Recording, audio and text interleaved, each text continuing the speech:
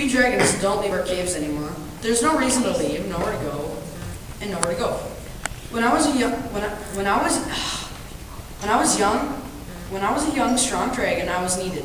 You see, back then, young women did not choose their own husbands. Their fathers told them whom to marry. So desperate maidens hired me and other dragons to fight their unwanted suitors.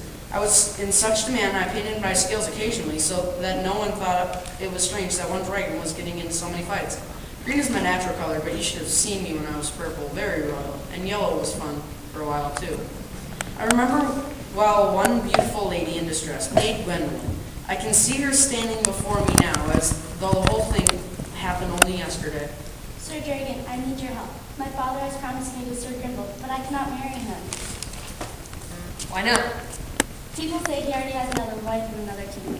For a fee, I will be delighted to help you, my lady. Name your price. 100 gallons of kerosene. As you know, my breath has no fire without kerosene. Agreed. But after you defeat Sir Grimble, I want you to fight my man, Sir Dudley, and let him defeat you. If my plan succeeds and I marry Sir Dudley, I will double your fee.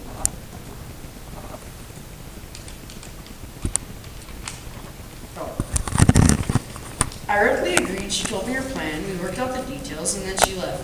One cannot fight if one's opponent doesn't know that there will be a battle.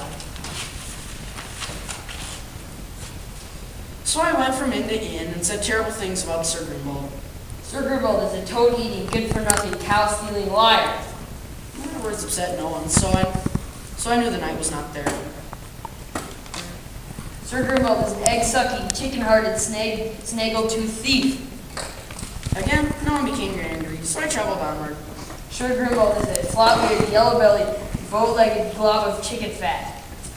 Who dares insult me? His eye, the fire-breathing, death-defying, fearless green dragon. You are an overgrown swamp lizard. With one hand behind my back, I could reduce you to a pile of greasy green scales. Go back to your cave before I snuff your phlegm out forever. I believe you are afraid to battle a dragon. I take that fight to the deck. I'll see you Tuesday at daybreak in front of the vine-covered castle. I spent the next few days preparing, practicing my terrible roars.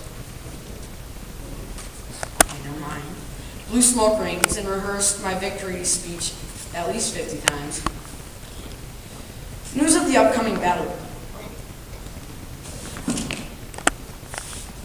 News of the upcoming battle spread quickly. As the sun rose on Tuesday, hundreds of people lined the battle ring near the vine-covered castle. Maid Gwendolyn sat beside her father under a large tree.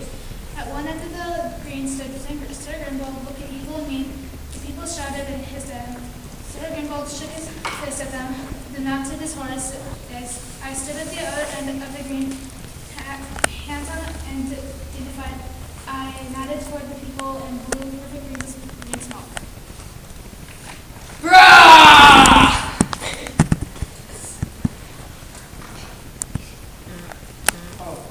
Hurrah! Squash the evil knight. Let the fight begin.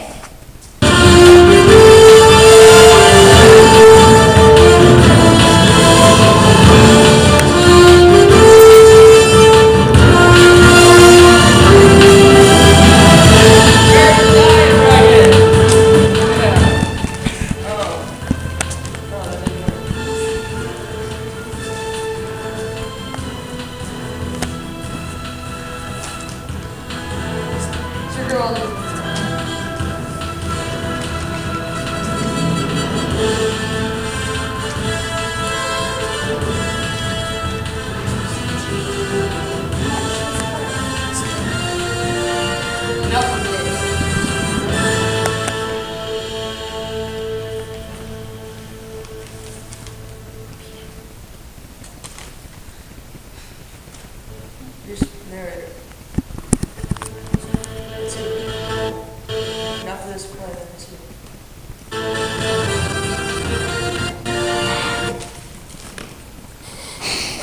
No, that is the ring.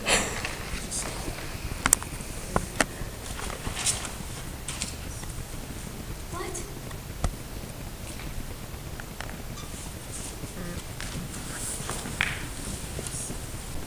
Enough of this play.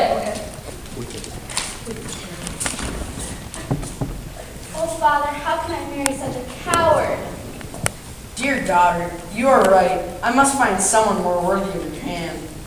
Excuse me, sir, but there's no need to find another suitor for your daughter. She now belongs to me. Preposterous! You have no right to her. But I do. I won the battle. Maid Gwendolyn is my prize. I grabbed the young maiden and held her to my chest. Help, save me! Any man who can defeat this dragon, he may marry my daughter. People looked at each other nervously. Would anyone accept the challenge? I will fight the dragon.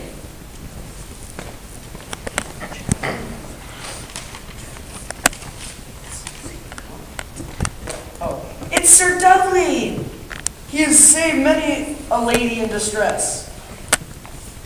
I put Maid Gwendolyn down and charged Sir Dudley. Our battle was quickly fought. The knight thrust a gleaming sword through my heart. I shifted my body a bit, and the sword slid harmlessly under my arm, puncturing a wound of red dye hidden there.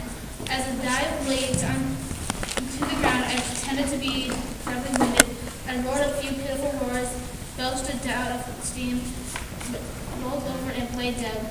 What performance!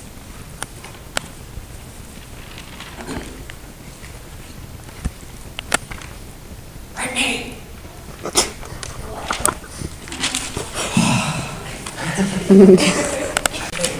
My hero!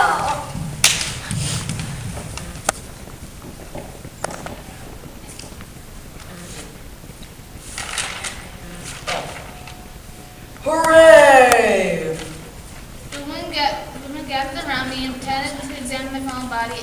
In whispers, they praised my grand enactment. What color will you paint your scales next? What name will you fight under? How much will you charge to help me avoid a terrible marriage? After the people left the green, I crept silently into my cave. At the entrance, I found 200 gallons of kerosene, just as Gwendolyn had promised. Thank you. I will tell all my friends about it too. Love Gwendolyn. Alice, as time passed, fewer and fewer young maidens needed my help. Maidens had more to say about their marriages, but today they even choose their own husbands. Modern women have no use for dragons, so I and all other dragons have become obsolete. But I don't want to sit in this dark cave, spewing smoke rings for the rest of my life. That's why I'm opening an acting school. I'll train little dragons for dramatic roles in videos and movies. With my acting talent, I know I'll be a smashing success. Quick clap for the group.